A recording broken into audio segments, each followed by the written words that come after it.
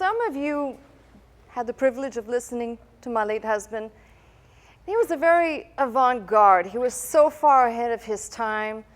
I don't know if you remember, he used to talk about abortion. Do any of you remember that? He used to say if men could get pregnant, there would have been abortion laws 2,000 years ago. Isn't that what he said? Yeah. Now, listen to me. I just feel compelled to share this with you. The media is so very enamored with what the good man wearing the cloth has to say. I'm speaking about the Pope. That anybody else who dares to listen to something else being said, I'm going to say this, which is probably extremely needed in a climate of people who are just looking for the plausible. I don't think, forgive me, because I've got a lot of men in this church, but I don't think a man should ever talk about abortion, ever. Now, hold on. I am not for abortion, but I do believe that when it comes to something that could indeed and possibly does indeed happen to women, not because they chose that, they ought to have the right to work it out with God. Now, that's what I've said that for 10 years. My late husband said it for probably 30 years of his ministry.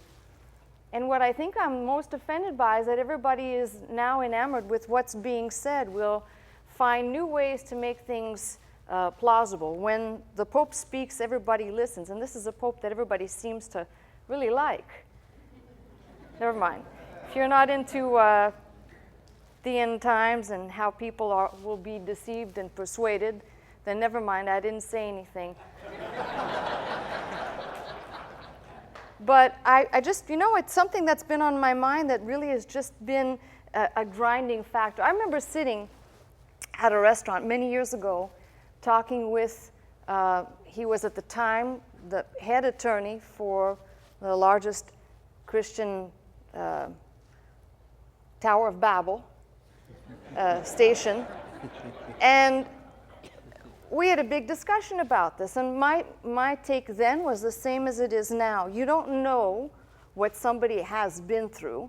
Nobody has the right to judge. And if we start down this pathway, then let me ask you something. Who's going to remain? Once we start condemning people or saying what is or what isn't, who will be able to stand? Who remains? This week it was the Catholic Church will expedite and make divorces easier.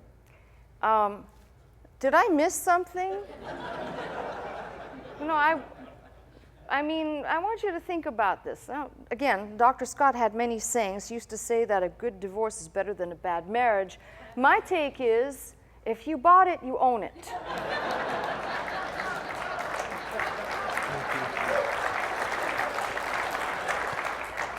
You sure liked it when you saw it the first time, right?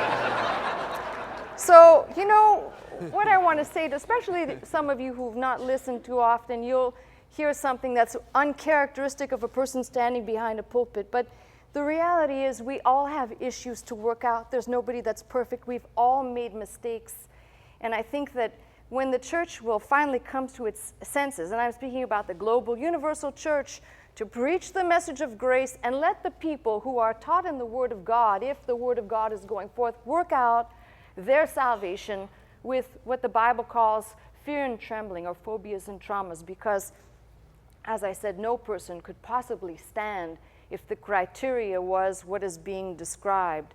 On the other side of the equation, seeing that I seem to be one of the few people who will just speak their mind and say what I just said, I want to say what Dr. Scott used to say here, and he said it for many, many years, and I'm going to say it because I haven't said it. But this is a church where every single person in this building and listening to me knows they're a sinner, I'm a sinner, you're a sinner, we're all being saved by grace, and thank God for His grace. And that's the message that the church world needs to hear afresh.